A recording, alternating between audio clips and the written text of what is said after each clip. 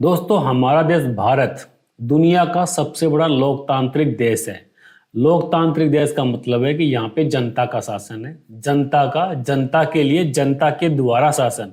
मतलब कि हमारे ऊपर कोई राजा नहीं है जो हमारे ऊपर राजशाही चलाए या उसके कानूनों को, नियमों को मानने के लिए हम बाध्य हों कि जैसे उसके मन मर्जी होगी वैसे ही काम चलेगा। हमारे यहाँ पे शासन चलता हम लोगों में से, वोट के थ्रू हमने कुछ लोगों को चुन के भेजा है।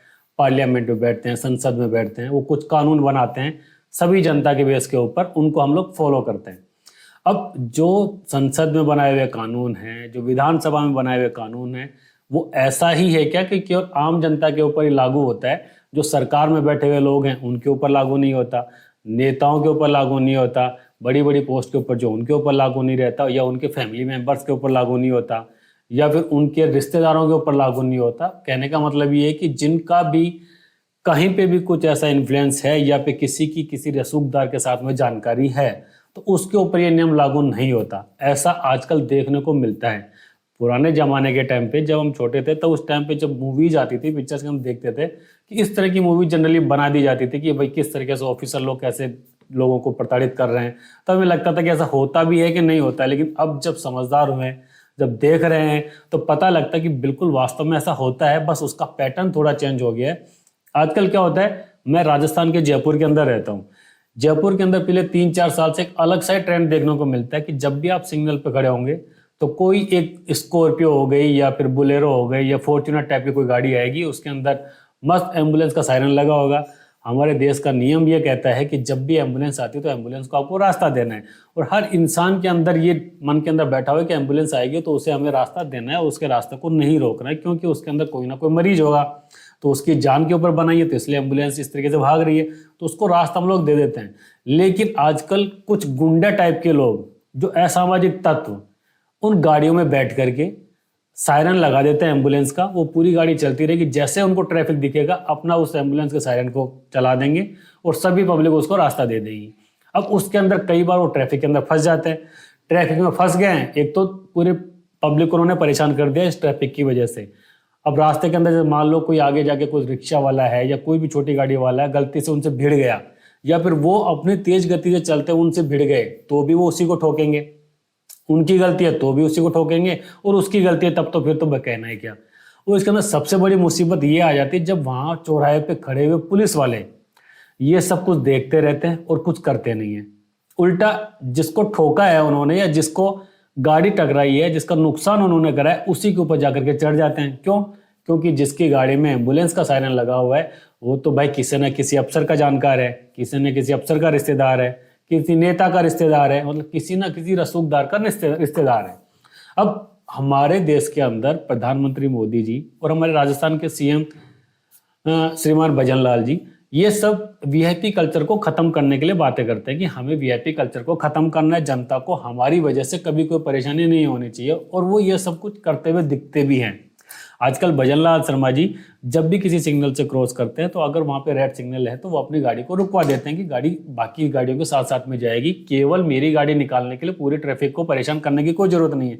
लेकिन उन्हीं की सरकार के अंदर कर्मचारी जो बैठे हुए हैं वो इन सब चीजों को नजरअंदाज करते हैं, जबकि उस गुंडागर्दी को बढ़ावा देते हैं। ये देख करके हम लोगों को और भी ज्यादा दुख होता है।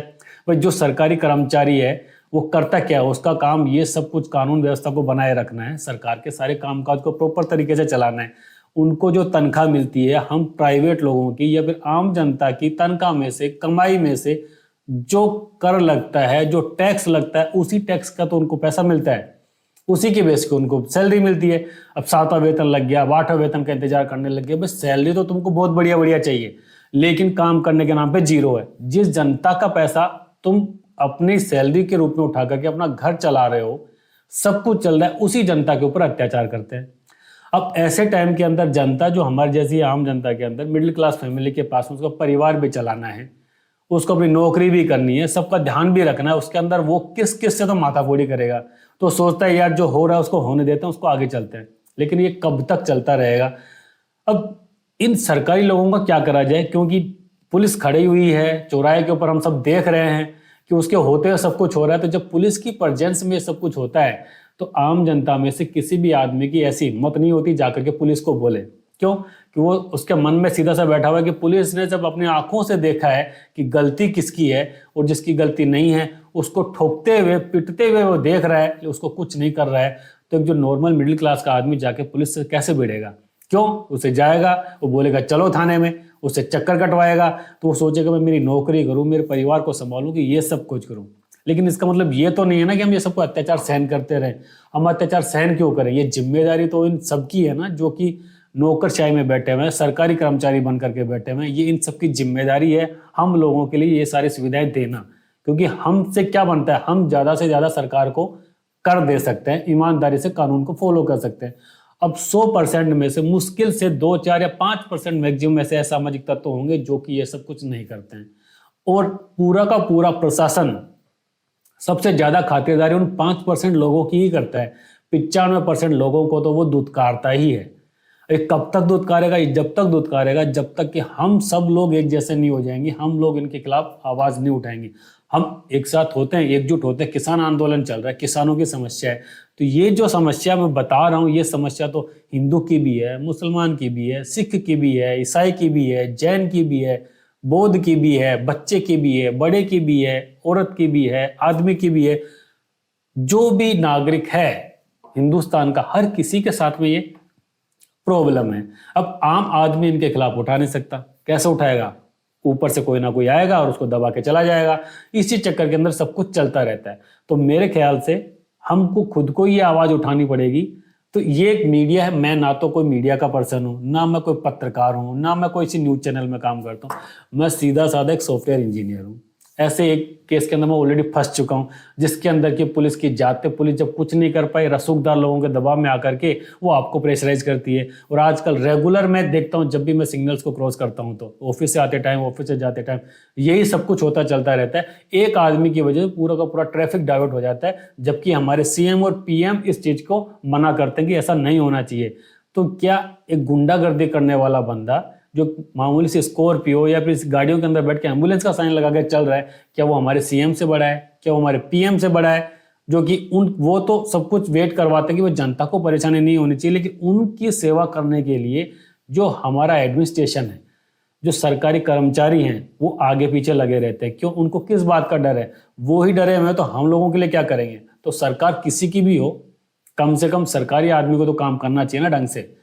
अगर आप सब लोगों को भी लगता है कि ये समस्या है, जेन्युइन समस्या है हम लोगों की, तो इस वीडियो को इस तरीके से शेयर जरूर कीजिए, ताकि किसी ना किसी तो ऐसी अथॉरिटी के पास में पहुंचे जो एक्शन ले सके। तो हम लोगों हो सकता है कभी ना कभी जाकर के तो दिन सुधे आएंगे। अकेला चना बाहर नहीं फोड़ सकता भाई, इसके अंदर सबका साथ जरूरी है। सबका ध्यान तभी आकर्षित होता है जब किसी चीज के बारे में बोला जाता है। बड़े बड़े न्यूज चैनल, बड़े बड़े यूट्यूबर्स इन सब बातों के ऊपर कभी भी ध्यान नहीं देते। क्यों? क्योंकि इन सब बातों से करने से क्या मिलने वाला? उनको कुछ भी तो नहीं मिलता, ना तो पैसा मिलने वाला, ना फेम मिलने वाला, ना ही कुछ और। ये तो नॉर्मल समस्याएं हैं, इनके ऊपर ध्यान देके क्या होने वाला है? क्योंकि बड़े बड़े यूट्यूबर जो वो तो इंडिया से बाहर बैठे हुए होंगे, बड़े बड़े मीडिया चैनल्स वाले होंगे, उनको कहाँ मतलब है कि भाई आम जनता के अंदर क्या कर रहा है। अब गाड़ी से एक रिक्शा वाला जा रहा है, उसको कोई पीछे से गाड़ी चलती, तेज गति से चलती हुई गाड़ी ठोक के चली गई, तो क्या होगा? एक दिन न्यूज के अंदर डाल देंगे, न्यूज के अंदर काम खत्म, उनका काम खत्म, वो करना क्या है? तो अल्टीमेटली हमें हमारी लड़ाई भी खुद ही लड़नी पड़ेगी। अब हम नौकरी पेशा लोग हैं, हमें हमारी फैमिली भी देखनी है, परिवार भी देखना है, सब कुछ देखना है। तो हम धरने पे जाकर तो बैठ नहीं सकते, ना हम लड़ाइयाँ कर सकते हैं।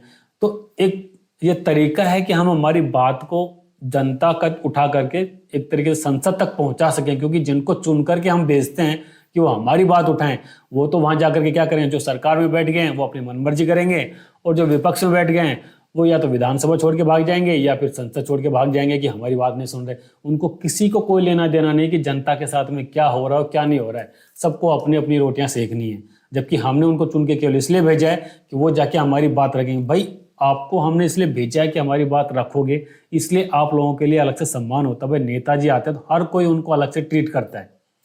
आप हमारी बात रखोगे तभी तो आपको रखेंगे ना। आपने तो ये सीधा समझ लिया कि भाई चुनाव आएंगे, इनसे वोट मांगना, वोट दे दिया, उसके बाद इन्हीं को जूते मारो। होता यही है। सब बोलते हैं कि भाई अपराध खत्म करो, अपराध खत्म करो, ये करो वो करो। हमारे परिवहन मंत्री गडकरी जी इतना अच्छा काम कर रहे हैं, लेकिन क्या होगा? गडकरी जी रोड अच्छा बना देंगे, कानून अच्छा बना देंगे, कानून की पालना करवाने के लिए तो अल्टीमेटली तो जो बिल्कुल नीचे लेवल पर जो सरकारी कर्मचारी है वो काम नहीं करेगा। जब तक क्या होगा? वो ही उनको फॉलो नहीं करवाएगा तो क्या करना है? आपने कानून बना दिए हैं, तो कानून भी किसके लिए बनाए? इस आम जनता के लिए जो कानून को तोड़ने से कितना डरती है। इतना डरती है कि अगर कर का इनकम टैक्स के अंदर 10 रुपए का भी उसको चोरी करना तो लगता है कि नहीं भाई हमारा तो दे दो, पता नहीं कब नोटिस आ जाए। जबकि उसको कितने बड़े घोटाले हो रहे, वहां पे जब कुछ छापे मारने के लिए जाता है और इंक्वायरी करने के लिए जाता है तो वहां पे सरकारी आदमियों को सब ठोक देते हैं। क्यों? क्योंकि वो रसूखदार हैं, वो कहीं ना कहीं से तो आगे चल रहे हैं, कहीं ना कहीं से उनके पास पावर है। सब कुछ मुसीबत सारी की सारी आम जनता के ऊपर ही है, जिनका कि किसी नेता के साथ में जानकारी नहीं है, सरकारी कर्मचारी से जानकारी नहीं है। बाकी ये वीडियो हो सकता है सरकारी कर्मचारियों को पसंद नहीं आए, नेताओं को पसंद नहीं आए, लेकिन जो नेता है, जो सरकारी कर्मचारी है, उसकी फैमिली के अंदर भी सब लोग हमेशा आपकी छत्र छाया में नहीं रहते साहब। कभी ना कभी वो भी अकेले होते हैं, कभी ना कभी तो ऐसे कंडीशन में वो भी फंसेंगे। तो जिस दिन फंसेंगे उस दिन आपको याद आएगा कि ये समस्या जनता की है और आप लोग इस रोल में हो, इस पावर में हो तो कंट्रोल कर सकते थे, लेकिन आपने नहीं करा। तो आपको भी शायद ये लगे कि करना चाहिए। तो अगर आपको लगे कि वीडियो हमारी समस्या से रिलेटेड है तो आप वीडियो को लाइक और शेयर करके इस तरह पहुंचा दीजिए। एटलीस्ट कम से कम कोई ना कोई तो जाकर इसके ऊपर एक्शन लेगा।